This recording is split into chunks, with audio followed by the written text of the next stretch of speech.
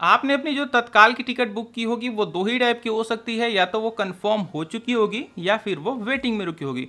तो इन दोनों ही कंडीशन में अगर आप इसको कैंसिल करते हैं तो रेलवे आपके ऊपर कितने चार्जेस को लगाएगी, आपका रिफंड आपको कब, कैसे और कहां पे मिलेगा, इसके लिए क्या टोटल रूल एंड सिनेरियो है, बिल्कुल आपको डिटेल में बताने वाला हूं। और इसके साथ ही आपको इस वीडियो को स्किप नहीं करना है, क्योंकि इस चैनल पे कोई भी लाइक सब्सक्राइब जैसा तामझाम नहीं मचता है। वीडियो यहीं से शुरू है। तो सबसे पहले हम लोग बात कर लेते हैं कंफर्म वाली सिचुएशन के बारे में, यानी कि आपके पास एक तत्काल की कंफर्म टिकट है, चाहे वो किसी भी क्लास की हो। अगर आप इसको कैंसिल करते हैं तो रेलवे आपको कितना पैसा रिफंड करेगा।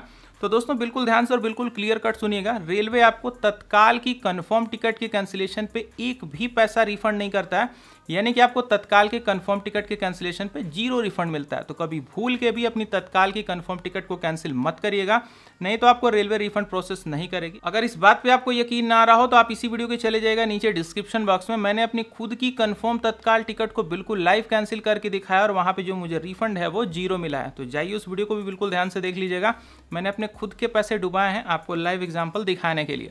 अभी हम लोग जंप कर लेते हैं वेटिंग की सिचुएशन में लगने वाले कैंसिलेशन चार्जेस के बारे में। लेकिन वेटिंग के चार्जेस को समझने से पहले एक इंपॉर्टेंट पॉइंट को बिल्कुल ध्यान से समझ लीजिएगा, नहीं तो आपका जो रिफंड है वो वेटिंग की भी कंडीशन में 0 मिलेगा।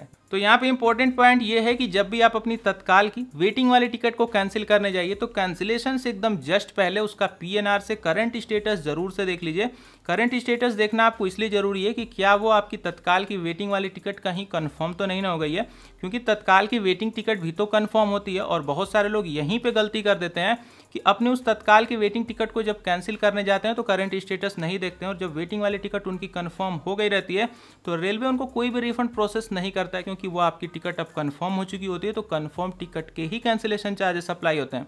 तो मेक श्योर करके इस चीज़ का ध्यान दीजिएगा। और अब मैं ये मान के चल रहा हूँ कि आपने अपनी तत्काल की वेटिंग टिकट का पीएनआर से करंट स्टेटस देख लिया है। अब इसके बाद आपकी जो टिकट है वो वेटिंग की ही कंडीशन में, अब आपके ऊपर रेलवे कितने चार्जेस को लगाएगी। तो यहाँ पे जो चार्जेस कटते हैं ये क्लास वाइज कटते हैं, यानी कि हर क्लास के लिए आपका अलग अलग चार्ज जो है वो लगेगा। अगर आपने कोई भी एक स्लीपर की क्लास या फिर जनरल की क्लास की तत्काल की वेटिंग वाली टिकट को कैंसिल किया तो रेलवे आपके ऊपर 60 रुपीज पर पैसेंजर के हिसाब से चार्ज लगाएगी।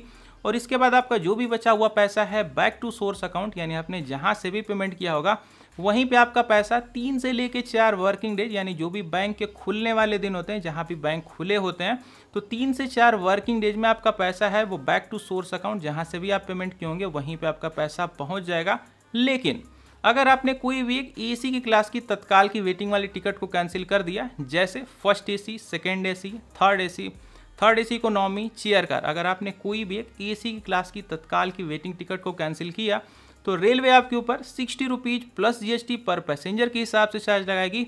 और इसके बाद आपका जो भी बचा हुआ पैसा है बैक टू सोर्स अकाउंट में 3 से लेकर 4 दिनों में रिफंड कर दिया जाएगा। तो दोस्तों ये थी बिल्कुल शॉर्ट इन्फॉर्मेशन आपके तत्काल टिकट के कैंसिलेशन चार्जेस को लेकर। वीडियो आपको कैसे लगी कमेंट करके जरूर बताइएगा। बाकी आपसे मैं मिलूंगा अगली वीडियो में। Good bye.